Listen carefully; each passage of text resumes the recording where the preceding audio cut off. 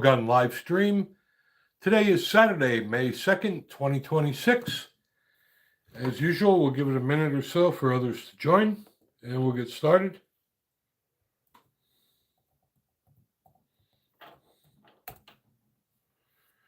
It is a beautiful day today in Tennessee.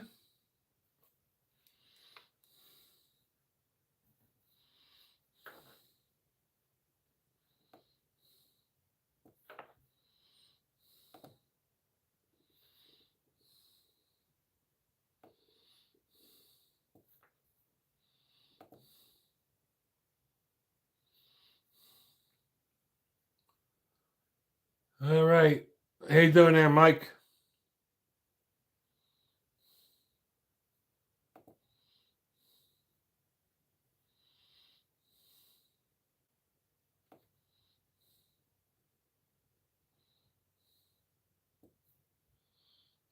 And Mark, hello to you too.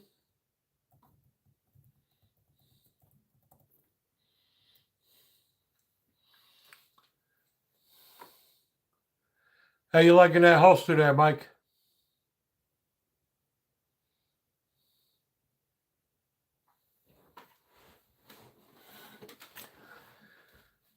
So last Saturday and on our Wednesday stream, I announced we will be giving away a Mission First Tactical Belly Band holster, and nobody claimed it yet. So this is my last shout out before I throw it in the garbage. When I get things to review, after I'm done with them, I usually have duplicates or triplicates, so I like to share them with you guys. So this is the last call for the Mission First Tactical Belly Band holster.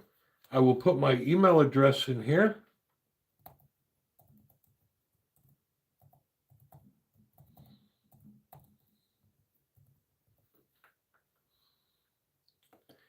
And if anybody wants it, just send me an email and include your shipping address, and I will get it out to you.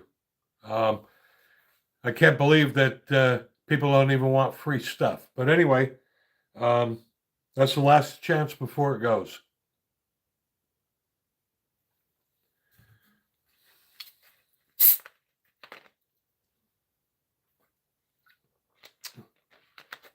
So it looks like the new ATF director is at least doing something. It appears there's at least 30 rules from the Biden administration that are in the process of being rolled back, so we'll keep an eye on that.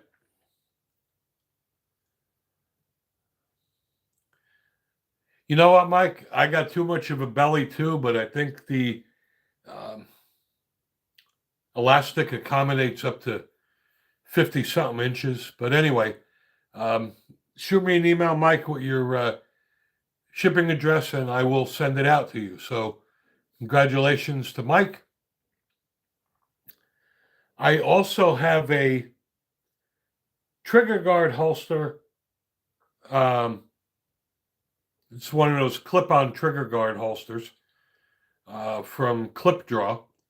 And this is for a Glock 19/19X. It'll also fit a Ruger RXM. So if anybody's interested in that, send me an email and I will get it out to you. Again, I have tons of those that were sent to me to review, and I can only keep so many, so I like to pass them on to you guys. I also want to thank everyone that has subscribed to our channel. On Wednesday's stream, we finally broke our 8,000 subscribers. And there's Duke. Welcome, brother. We finally broke our 8,000 subscribers on our Wednesday night stream. And now we're working on 10,000, which is pretty realistic. My goal is to have 10,000 subscribers by the end of the year. My understanding is once you get 10,000 subscribers, YouTube places you in a slightly different category, and it really helps the channel grow. And so we're hoping for that. And thank you, Pezzo. I appreciate that. And that's all because of you guys. So um, I finally did get a chance to go out to the range today um, and shoot the new Colt Viper that I've had for about a month now. Um, my thoughts on it are I like it a lot. It's lightweight. 38 specials are a dream to shoot with that. It's a great concealed carry gun. However, I did shoot some 357 Magnum rounds out of it, and it's understandable because it is light. It is designed for a everyday carry gun. Um, you definitely know you're shooting something when you're shooting 357 loads through that. Um, you definitely don't want to be shooting a couple boxes of 357 with the Viper. But for what it was intended for, I think it's a great concealed carry gun. It shoots very well. Um, I also compared it to my Ruger GP100 at the range, and um, basically my results are with the Ruger GP100, you can shoot 357 all day out of that and it doesn't wear you out. The Viper will get exhausting after a while. But it doesn't take anything away from the fact that it is a lightweight concealable pistol that packs a big wallop. So I'm still very happy with that.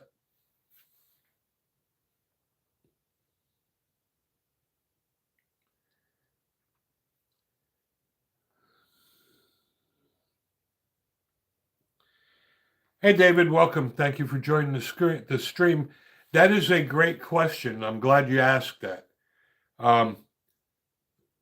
Like I said, I've mentioned many times before, the Ruger RXM, in my opinion, is the best 9mm pistol on the planet in that price range. I put that up against my Glock 19 any day. Now, finally, after a year, Magpul did release the full-size grip. And that's what I did, David. I replaced the compact grip with the full-size grip, and it is freaking awesome. I'll get right to you there, Mark. Basically, when you put the full-size grip on the Ruger RXM, it's really kind of like a Glock 19X. You get the best of both worlds. You get the full-size grip of the Glock 17 with the compact slide of the Glock 19. That's pretty much what you're doing with the Ruger RXM. You're getting a full-size grip with a compact slide. It still conceals very well, but it gives you a lot more to hold on to, and I think it's great. I was tempted to get the subcompact grip module, but really don't want to do that and lose capacity. I agree with you, Mark. I would probably regret selling the GP100 also. I just purchased my GP100 a few months ago. I always wanted one. And what I did was I replaced that front night sight. I replaced that front sight with a fiber optic sight from Hi-Vis. Makes it much easier for my old eyes to see. But that GP100 is a freaking tank. It'll last forever. Not as pretty as the Colt, but that's not what it was made to do. It was made to be a gun that is proven, it's reliable, it's durable, it will last you forever.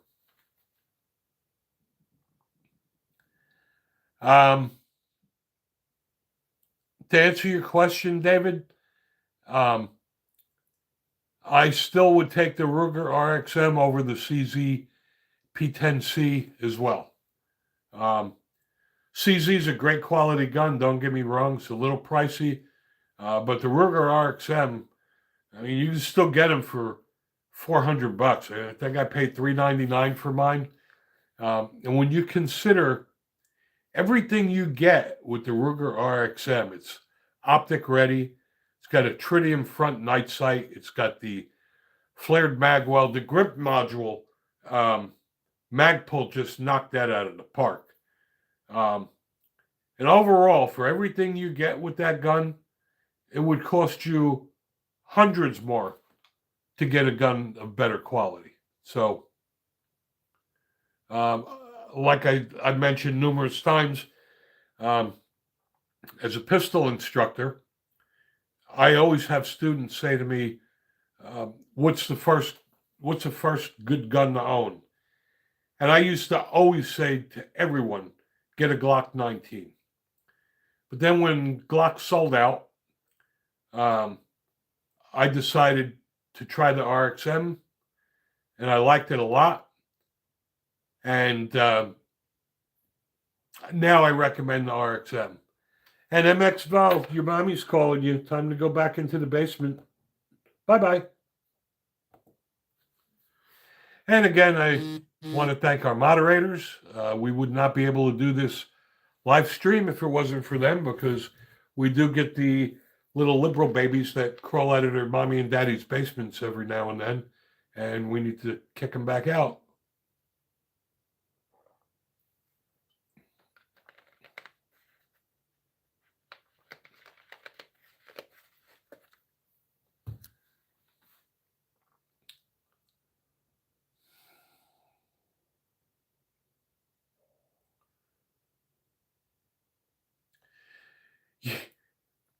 Yeah, I would have thought they would have been tired from all the protesting. You know, and it's ironic because when King Charles was here, considering how they gave him such a warm welcome and they cheered for him, how the liberals who keep saying there's no kings bullshit, but yet they root and cheer for a king. So go figure.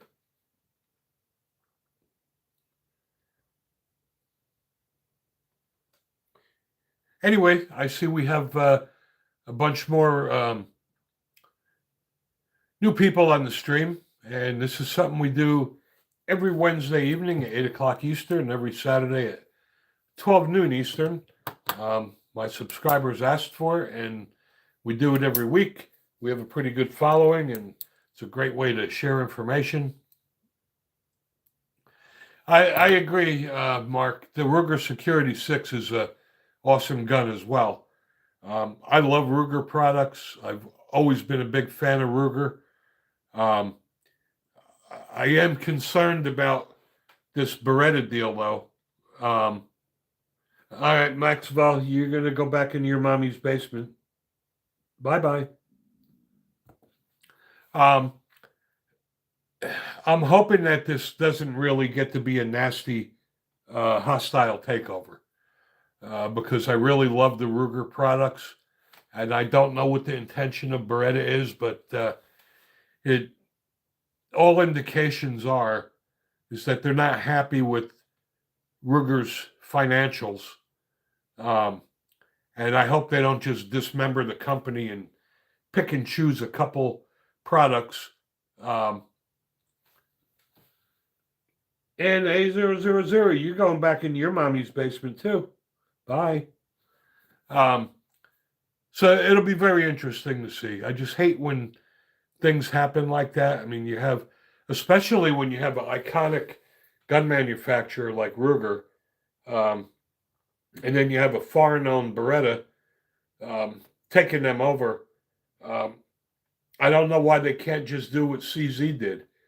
When CZ bought Colt and Dan Wesson, they let them operate as independent entities and independent brands. Matter of fact, Colt just hired their own president a week or so ago. I'm hoping that Beretta and Ruger can work out something like that.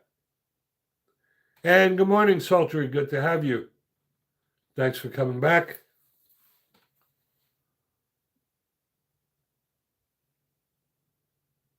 That's a great question, Mike. And to answer your question, yes. When you purchase a holster from, say, Urban Carry, the holster comes in a little sack, and you put the firearm in the sack and put it in the holster. Typically, that is what you would do, Mike. Like for the Tucker and Bird holster, what I would recommend is you wrap your firearm in a freezer bag, and I leave it in there for a couple of days. And good afternoon, AG.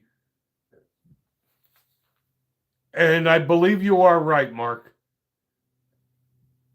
I believe the GP 100 did take the place of the Security 6. But anyway, Mike, that's what I would highly recommend is that I'll get right to you, David. Get a freezer bag, Mike. They work the best. Leave it in the Tucker Bird holster for a couple of days. Hello, David. I am trying to read everyone's comments. Okay, David. How do I feel about the Colt's quality on their 1911? And David, hello to you. And welcome back, Gundoggin. Anyway, David, I purchased a Colt Government Competition Plus Christmas Eve. It's a great quality gun. And in my opinion, now that CZ owns Colt, the quality is back to what it used to be, because prior to CZ buying Colt, the quality of Colts really dropped off for the past 10 years. But I'm very happy with my Colt Government Competition Plus.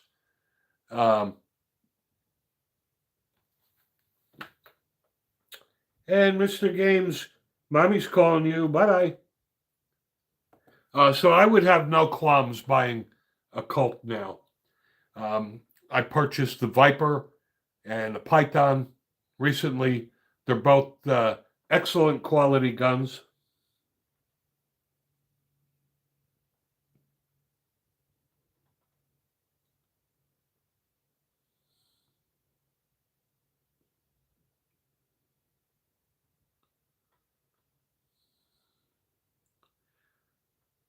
And good for you, Gundoggin. And yes, you're going to like that Zalissi green dot.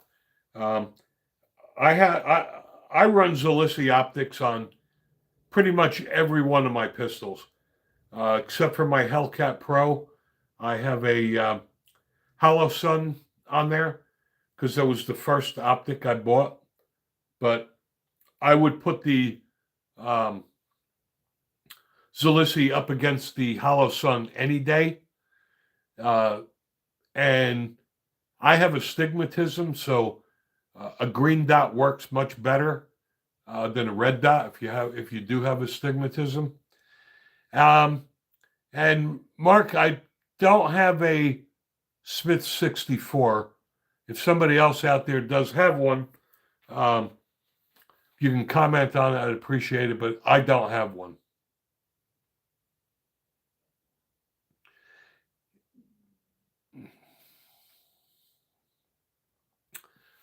I carry the Glock 29 a lot. It's a great gun. I'm a huge 10 millimeter fan. And that is probably one of the best subcompact 10 millimeters out there.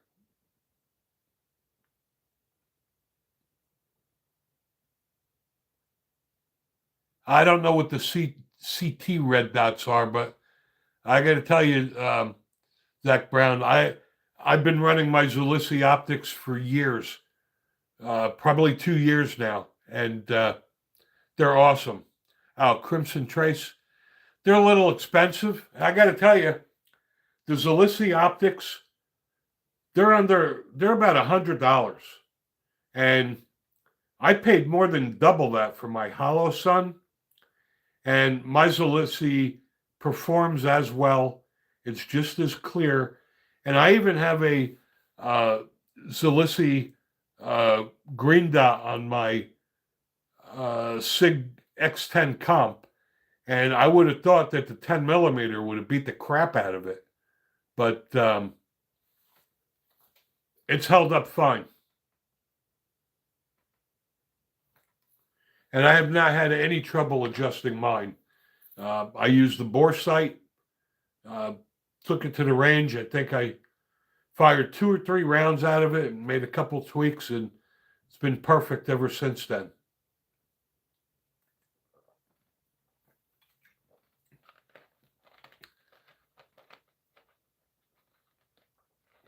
Ah, 10 millimeter. Yes, Zach. Would I carry a 10 millimeter for self-defense? Absolutely. I carry one almost all the time. And Brookside, welcome, brother. Thanks for joining.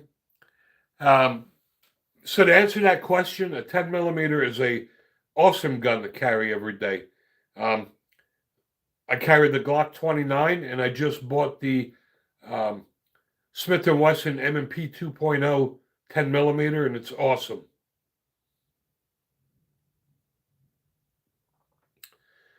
.10 millimeter is the best defensive round I think you can get. If you have hollow points, you don't have to worry about penetration. And you're right, it gives you the best of both worlds. You get the high capacity of the 9 millimeter, and you get more knockdown power than the 45.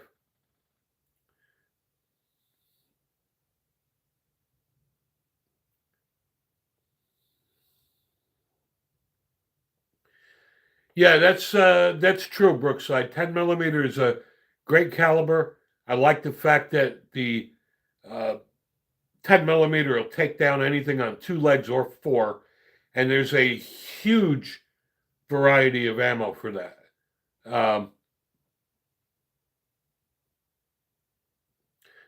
You know what, Zach? I bought the Smith & Wesson M&P 2.0 10 millimeter. It's an awesome gun. I love it.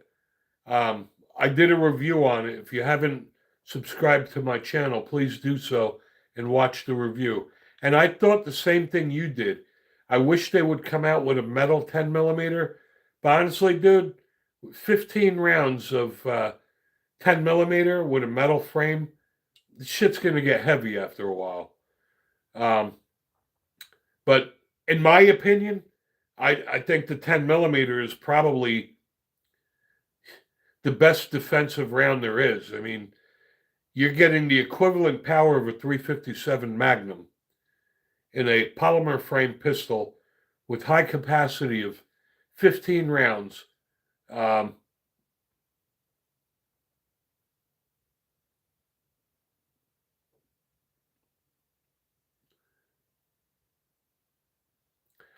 I'll answer that question for you, Zach. The reason that they're 1 second, James. Honestly, I'm not a fan of 380 for personal defense. I wouldn't go with anything less than 9 millimeter. So Zach, as far as the 10 millimeters go, in my opinion, I would rank them in this order. The Glock 29, the Smith & Wesson M&P 2.0, and the SIG X10 comp. Well, you know what, Nikki? You can say all you want about the ball ammo until you have over penetration. That's the whole point of the hollow points. You know what, Zach? I love that SIG. I bought the SIG X10 comp about a year ago. And my only disappointment was that I thought because it was compensated, it would reduce recoil a little bit more. And it did not. Matter of fact, the Smith & Wesson M&P 2.0 shoots lighter than the X10 comp.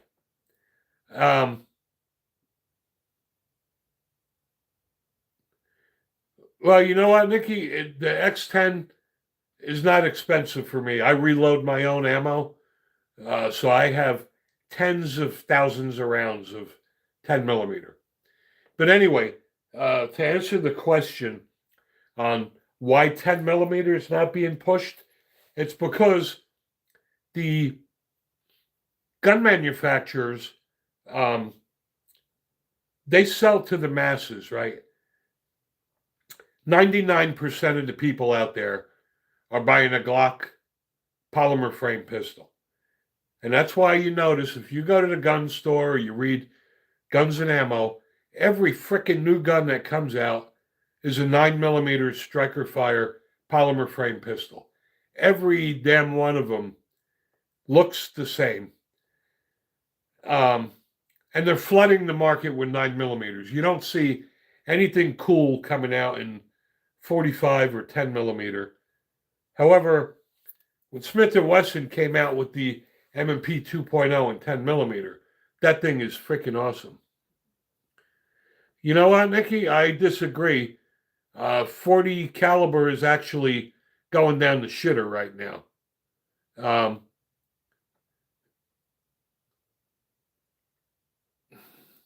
At one time, the police department switched over to 40. Then they went back to the 9. And the 40 is just a 9mm on steroids, nowhere near a 10mm. I think 40 caliber is just stupid. I don't see the point. It's a little snappier than the 9mm, but not that much more penetration. Nowhere near as powerful as a 10mm. And honestly, why don't you just buy a 10mm and shoot 40 caliber out of it? I just think 40 caliber is stupid. I had a Glock 22 at one time in 40 caliber. And then I got rid of it and I got the Glock 20. And in my opinion, we're talking full size here. The Glock 20 is probably the best 10mm ever made. And yes, to answer your question, Chopped, you absolutely can shoot 40 caliber out of a 10mm, and you're not going to harm your gun. And the reason why is that what is 10mm? 10mm is 40 thousandths. It's the same exact diameter. What they did when they came out with the 40 caliber is they took a perfectly good 10mm cartridge and they neutered it. They cut the neck down, but they kept the diameter the same. And that's why if you shoot 40 caliber out of a 10mm, you could even use the same 10mm magazines. You don't need to change anything. So, yeah, to answer your question, Chop, you can definitely shoot 40 caliber out of a 10mm and you will not harm it. You don't need to change magazines or anything.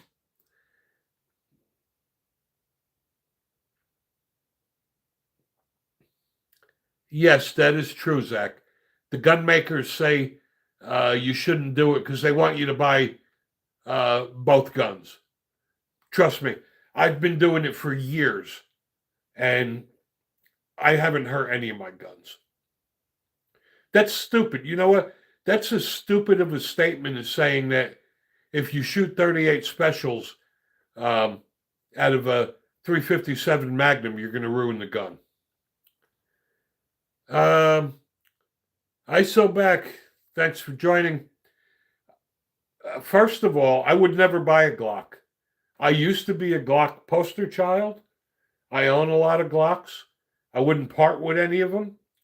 I love my Glocks, but I don't like what they did when they sold out and started this V series and this Gen 6 nonsense. I will never buy another Glock. I'm sorry. I just won't.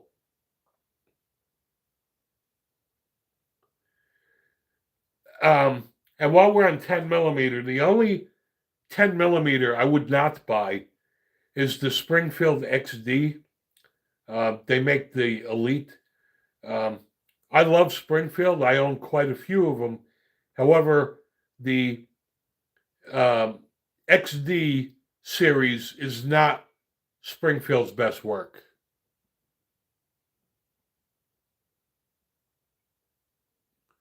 Yeah, see, that's the problem, Zach.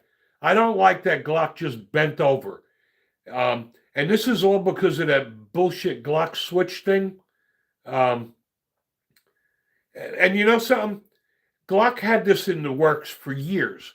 You don't discontinue your product line in November, and then in December, um, come out with the V series that has no history, no data, and then a month later come out with the Gen 6.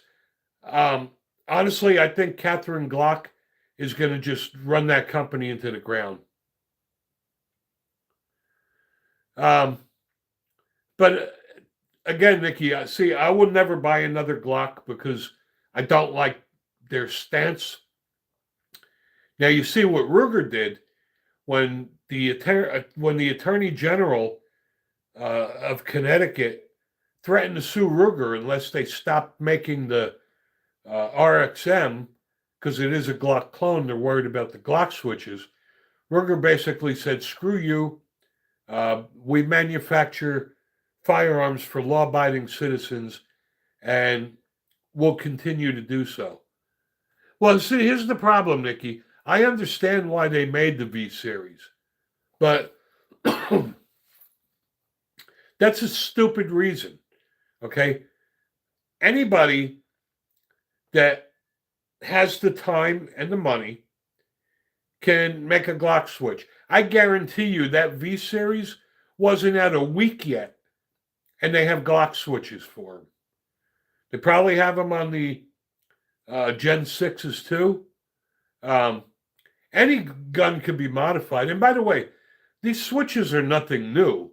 Um, Years ago, I remember getting Shotgun News. You used to be able to buy auto sears for the 1911 30 years ago. This is nothing new. This is when Gavin Newsom banned Glock and all the Glock clones.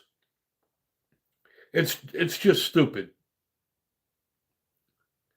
And to answer your question, David, yes, that applies to the 1911s as well. I have a Springfield Ronin 10 millimeter 1911, and I've shot thousands of rounds of 40 caliber out of it. Now, I recently started reloading 10 millimeter, so I have a shitload of it. But when there were times I couldn't find 10 millimeter ammo on the shelf, in a pinch, I bought 40 caliber. Trust me, you're not going to do any damage to it.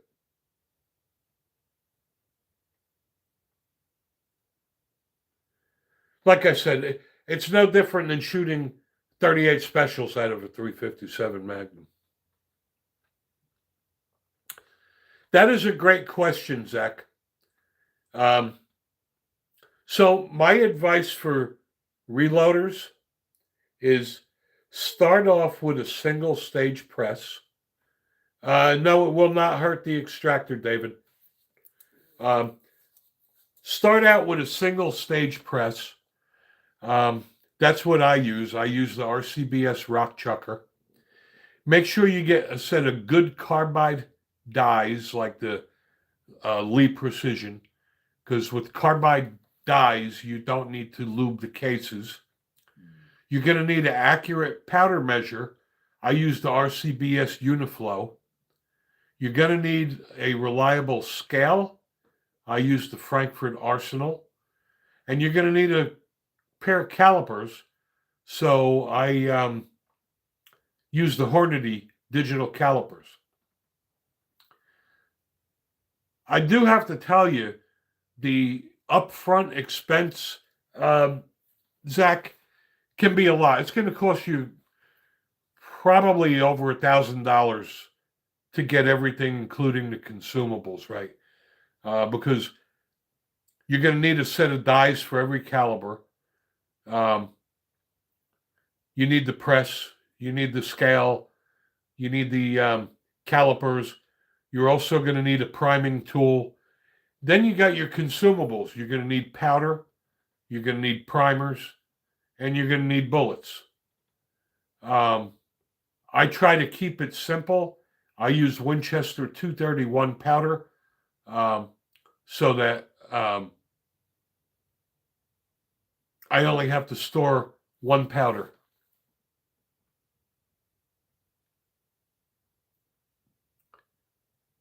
Yes, and that is a good point, Nikki. That's just that is a good point. Yes, if you have a 10 millimeter, you can fire 40 caliber out of it, but not vice versa. And the same thing with a 223. And you're welcome for that, Zach. Like I said, I've been doing this stuff for over 40 years, so I'm glad to help and share information. We have a bunch of new people here. If this is something you guys like, we do this every Wednesday evening at 8 Eastern and every Saturday at 12 noon Eastern. We love to share experiences and information just like that.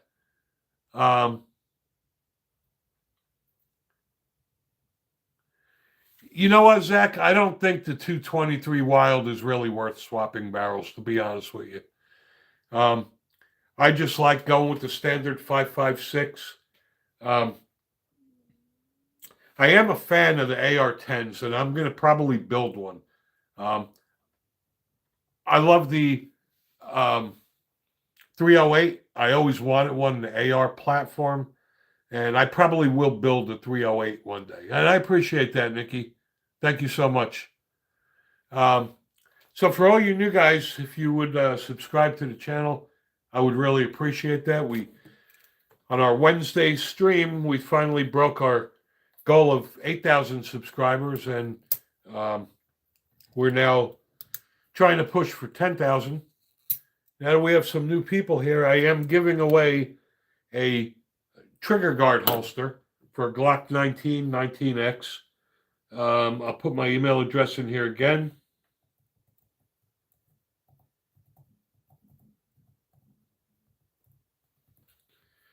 If that is something you would like, send me an email with your shipping address, and whoever sends it to me first will get it.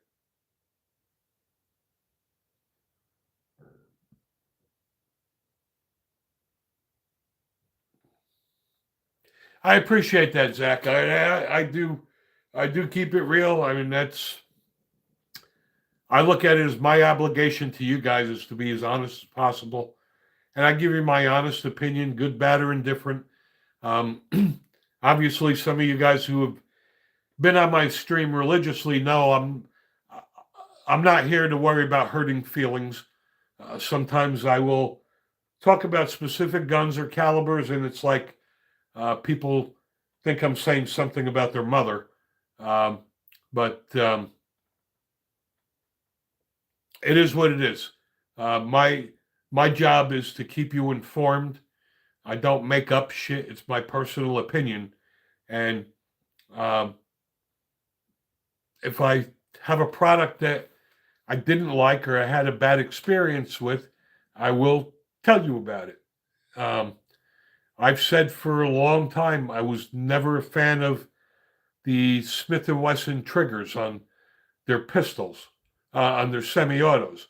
They felt very gritty to me.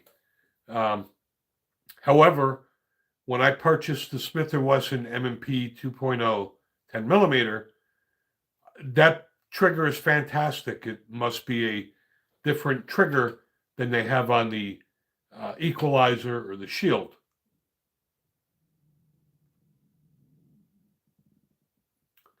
Yeah, you know what, Nikki? I built a 300 blackout pistol a while back. I think what I'm going to do now maybe is convert that 300 blackout pistol to a regular rifle. I may do that. I can get the complete 300 blackout upper from Bear Creek for about $200. And I'll get right to you, Zach. Uh, I all I need to do is replace the buffer tube.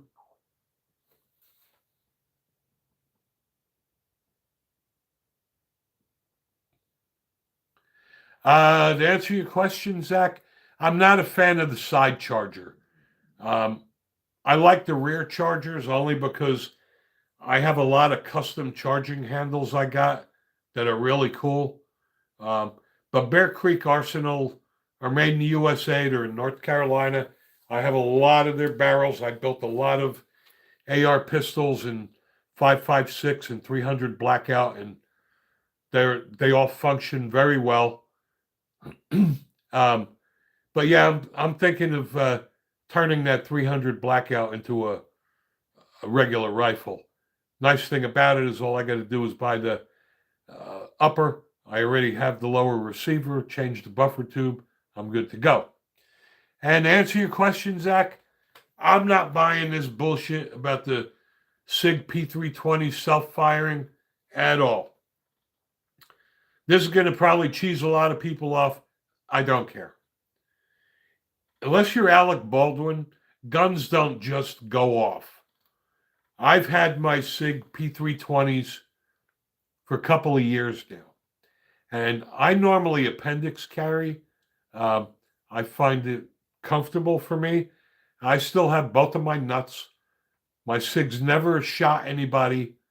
I'm just not buying that they just went off. I'm sorry. And if you notice, most of those accidents are law enforcement, and it's happening when they holster and unholster their weapon. And I'm betting it's poor trigger discipline. The Razor, thank you, brother. I don't care, Lone Buffalo. I'm not buying that they just go off. I take videos that I watch with a grain of salt. If it's on the internet, it's got to be true, right? Well, then maybe my guns are defective because my SIGs that I've had for 3 years never shot anybody, never went off. I still got both my nuts. So I guess they're defective then.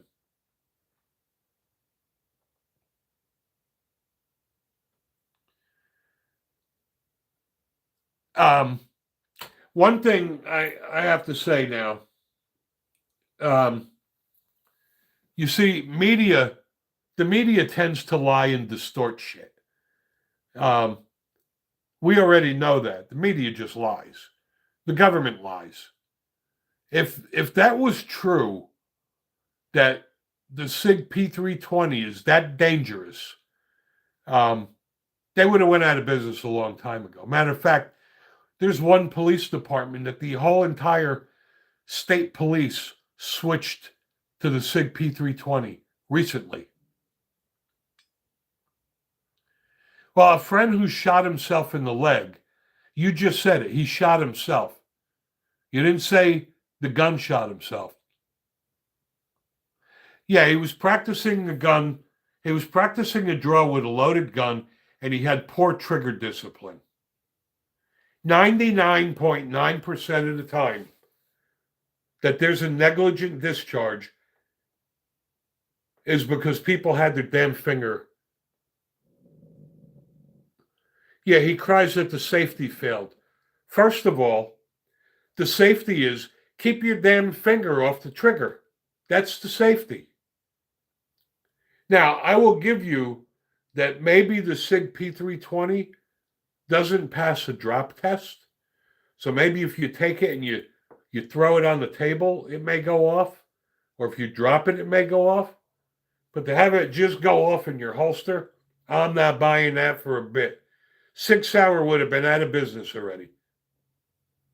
There would be no way they could possibly pay for those lawsuits. And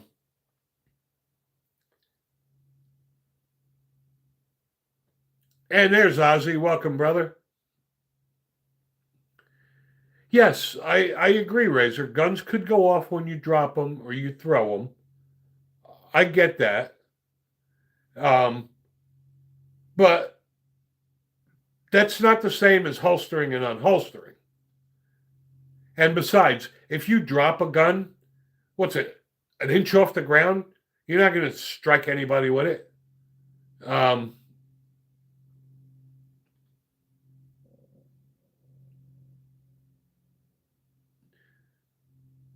uh,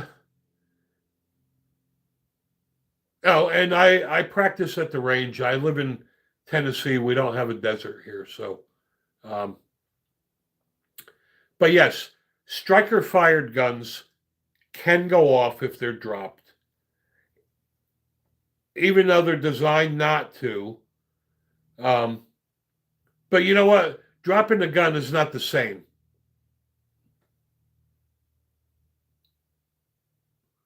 Well, thank you for stopping by here, Zach, and please subscribe to our channel. And again, we do this every Wednesday at 8 Eastern, every Saturday at 12 noon. So uh, please join us again.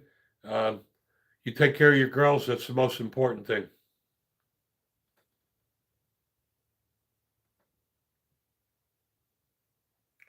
Thank you, Zach. I appreciate that.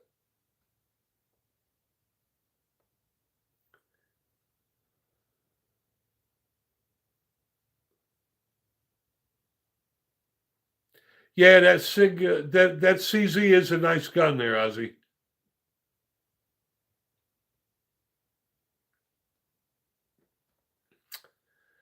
Uh, to answer your question, David, uh, I love TSUS, to be honest with you. Matter of fact, I'm going to buy another TSUS 1911. Um, I'm not so sure how I feel about them moving their operations to the U.S. A lot of times when these gun manufacturers start moving stuff around, things start getting discombobulated. Um, and to answer your question, Razor, I don't know. And Dum Dum, thank you for joining. Appreciate that. A lot of people ask me whether I have more guns or more ink, and I don't know. I can't tell you. Let's just say a lot. Oh, over 20? Oh, hell yeah. I probably have over 20 in this room.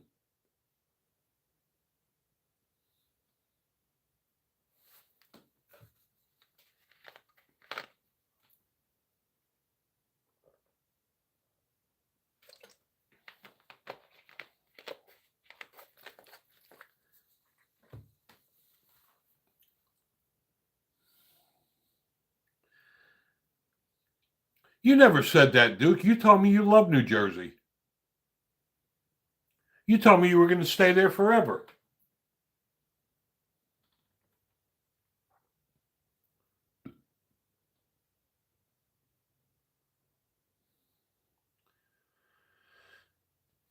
Well, to answer your question, David, um, I don't think the quality is going to go down, but um, the price is definitely going to go up if they come to the U.S. because of the labor, right? I mean, that's why there are some gun manufacturers that make fantastic quality guns like Turkey, Czechoslovakia, um, because the labor is cheaper. They come to the United States, they're definitely going to go up. But I'm looking at getting another TSUS 1911 before the price goes through the roof.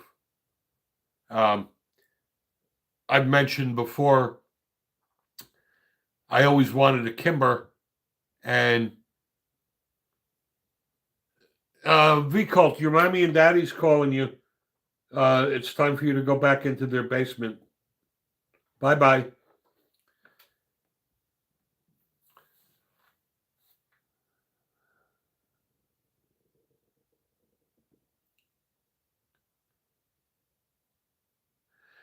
You know what, Duke? If you come down to Tennessee, you can buy long guns here and take them to New Jersey. It's only the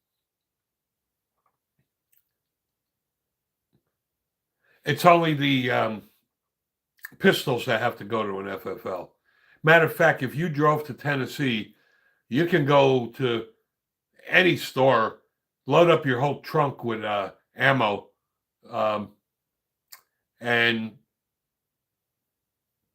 no questions asked. One thing interesting, Duke, I don't know what part of Pennsylvania, but we have a new gun store that opened here in Tennessee called Tommy Gun. They originally opened in Pennsylvania and they're still there. And Tommy Gun Warehouse is actually owned by the Moonies. Uh, if you're old enough to remember Reverend Moon, the nephew, the guy that owns Tommy Gun is the nephew of the Reverend Moon. And believe it or not, KAHR Firearms is owned by the by Tommy Gun, and it's owned by the Unification Church. And they own they own Magnum Research, and they bought Thompson submachine gun a few days ago. So if you go to Pennsylvania, Duke, look up Tommy Gun. They have something like 1,000-yard range. They have a church there where people can, they bring their AR-15s to church and they do a blessing of the guns, and then they shoot their guns in the backyard.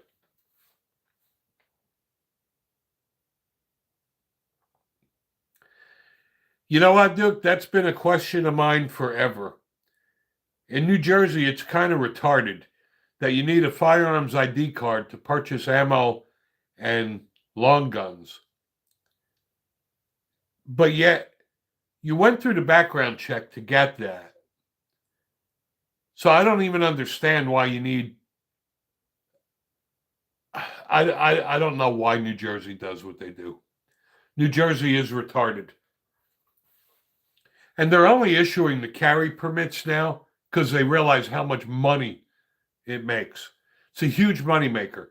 They made the carry permits so expensive, people can't afford to buy them anymore. Well, I'm glad you said that, David, because I always wanted a Kimber. And a couple of years ago, I bought a Kimber 1911. I bought a Kimber Custom 2, 45 ACP. It was absolutely gorgeous. Every fifth round malfunctioned. I couldn't take it anymore.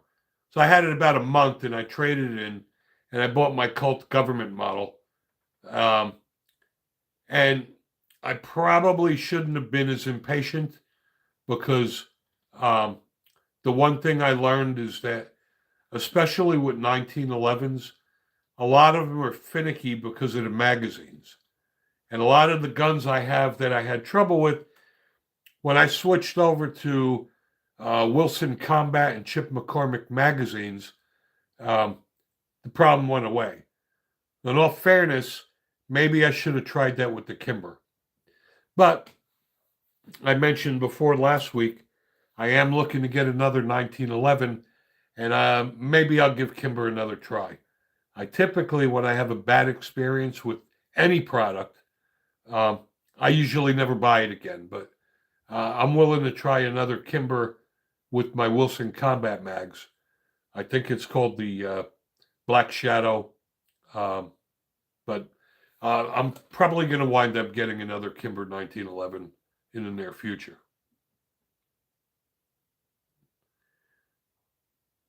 You know, that's another stupid thing that New Jersey does, Duke.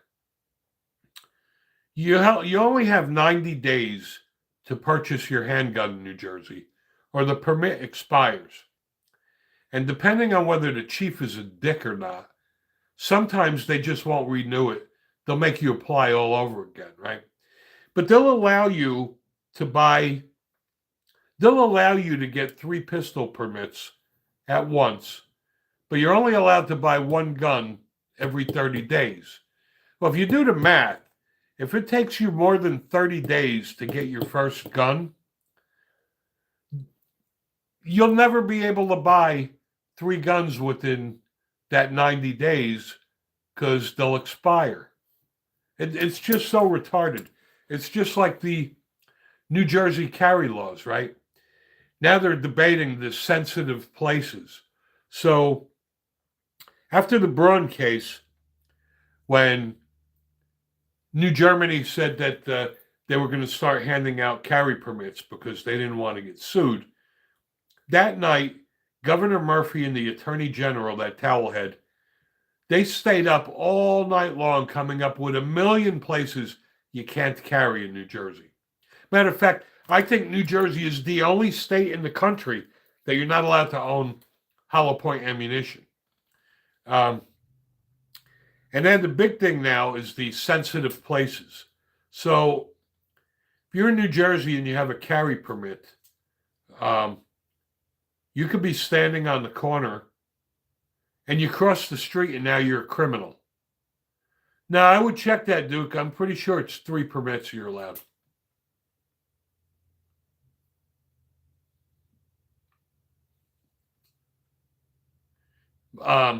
You're also not allowed to like carry at a parade in New Jersey or places where there are a lot of people.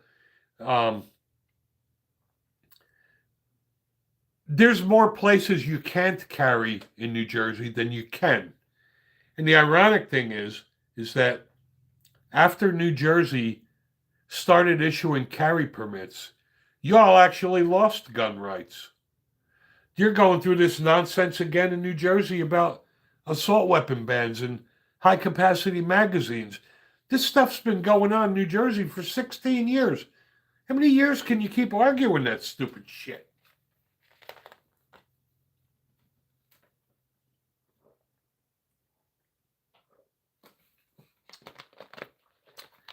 All I know is I am glad we live in the great state of Tennessee. It's a free state. It's a constitutional carry state. Anybody that's of legal age that is not a felon can carry a firearm in Tennessee without a permit. We don't go through the normal NICS system. We have the Tennessee TIC system. You get in that in about 30 seconds. We pretty much have no restrictions. And they passed a huge bill for gun owners. I mentioned on the Wednesday night stream, and it's worth mentioning again. In the great state of Tennessee, they just passed a bill that will allow the use of deadly force to protect personal property. That is huge. It used to be before you were only allowed to use deadly force to protect a human life. And now you're allowed to use deadly force to protect personal property.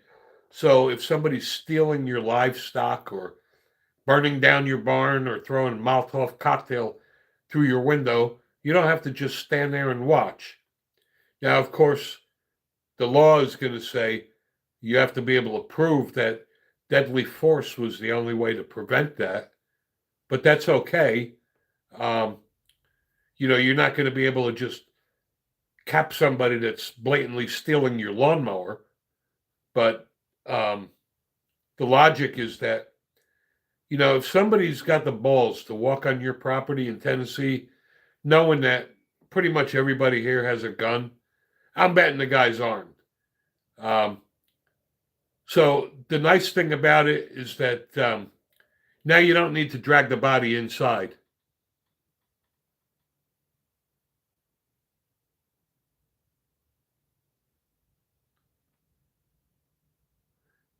Yeah, old grouchy guy. Yeah, that'll work too.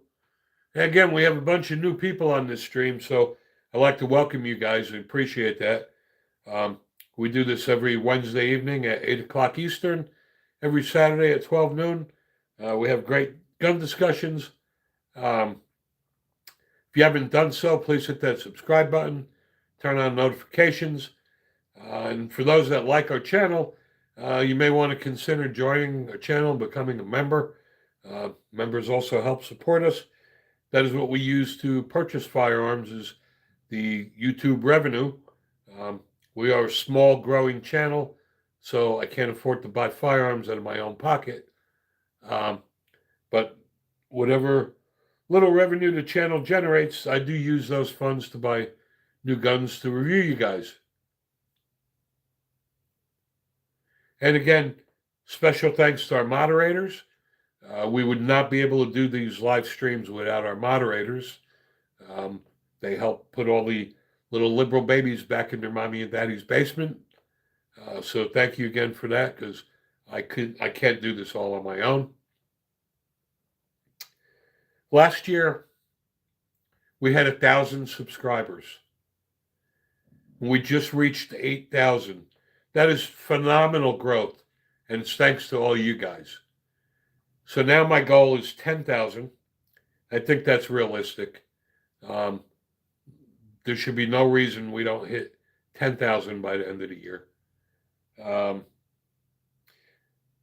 And I just love doing these live streams. I've been involved in firearms for probably over 50 years. So I love discussing guns, and even the arguments we have sometimes are fun. I always said there's nothing wrong with an argument as long as it's civil. We're not sheep. Everybody is entitled to their own opinions, as long as you have proof and data to back it up. But arguments are great because I learned a lot from arguments we have here. Sometimes it will force me to look at it from another point of view, which I may not have done before. But anyway, I value all you guys, and I really appreciate that. And I love that we have a very loyal following on this channel. And that's why we do it twice a week, because you guys asked for it.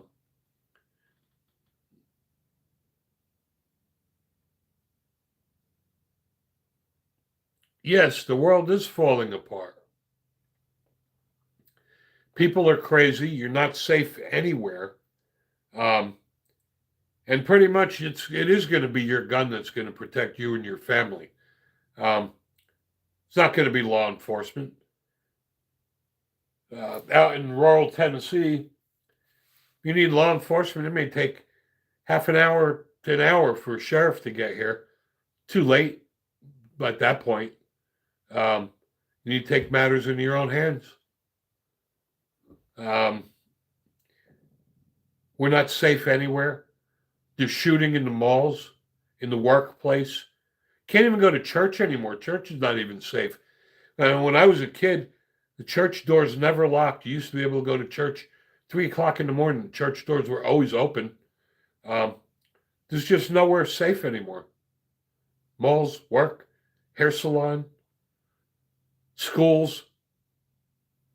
And you know the cops can't be everywhere. Tennessee's a long state. There's not enough cops to patrol the whole state. It's just not possible. Yes, Duke, I carried my firearm at church.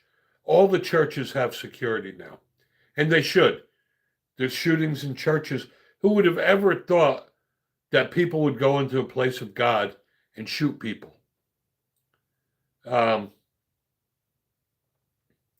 Basically, there's nowhere that there aren't shootings. So we need to be vigilant and live in a state that allows you to carry so that you can protect yourself and others. Now, a lot of responsibility comes with carrying, because if you're carrying and people know you're carrying, now they all look to you to be the savior. So it's kind of a double-edged sword there.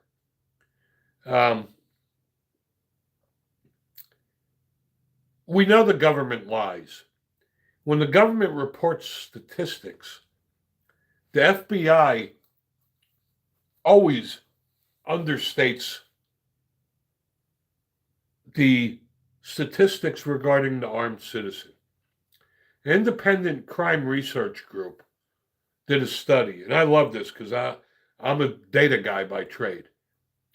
And the studies show that the armed citizens stop more mass shootings than police.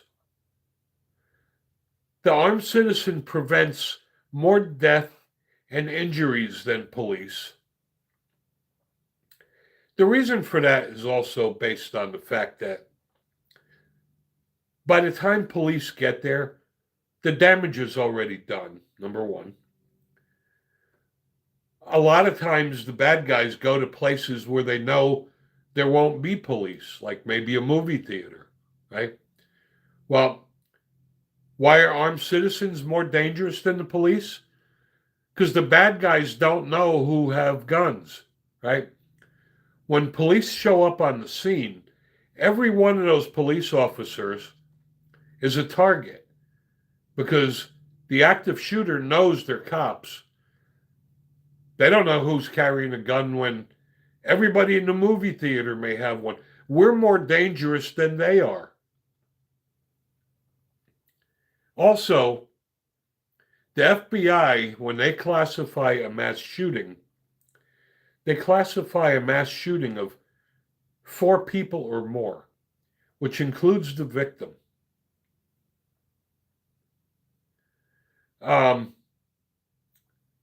One of the other things about armed civilians versus police, we shoot better than the cops do. Police officers can't shoot for shit. And I'm sorry for anybody that's out there that's a police officer, but as a pistol instructor, I can tell you from experience, most of the worst shooters I've seen are cops that qualify once a year. What the statistics show, though, is on a rare occasion you'll have a mishap. One civilian shooter strikes an innocent bystander versus 5 police officers. Another thing is, according to the crime and FBI statistics, police officers only hit their target 30% of the time. 30%. Are you freaking kidding me? And then when you think about it, when you see these things on the news and they tell you 5 officers fired their guns and there were 35 shots fired and he was struck 3 times. Well, yeah, it's because they can't shoot for shit. You know what, old guy, that's not an excuse they don't have the budget to train. I'm sorry. I'm not buying that. There's always dry fire training. Dry fire training is just as good as going to the range. Cops don't dry fire train. And I never thought about it before until a good friend of mine was a police officer. And when I stayed at his house a year or so ago to go to the NRA convention in Dallas, when we were on that subject, and I said, y'all can't shoot. And he said to me, you know, you got to realize we're cops, right? A lot of them, it's just a tool. We're not all gun nuts like you. And I never thought about it. And I guess it makes sense, right? I mean, it's just a job to them and it's a tool. Every cop's goal is not to be a marksman. Exactly, Kenneth. There's no excuse. I can tell you for a fact that in Dallas, they get pallet loads of ammo to shoot. The next town over, they have a Citizens Police Academy in Morristown, Tennessee. I attended that a few years ago. It was freaking awesome. And the last day at the range, they brought out hand trucks full of ammo. And we shot all freaking day, from 9 in the morning till 5 o'clock, all day long. And the ammo just kept coming and coming and coming. If you're a police officer and you can't shoot, that's your bad. I mean, when you think about it, if that's a job and that's a tool of your trade, and you can't use it, that's on you.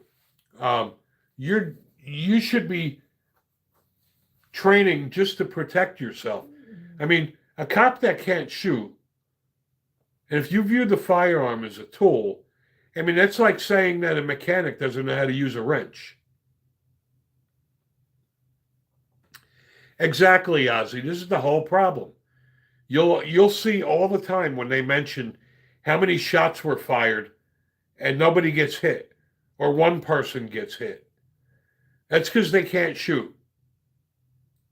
And I experienced that firsthand as a pistol instructor. I can tell you they can't shoot. They qualify once a year. I mean, I pretty much qualify every time I go to the damn range. Um, and even if ammo is an issue, you could dry fire train every day. Doesn't cost you anything.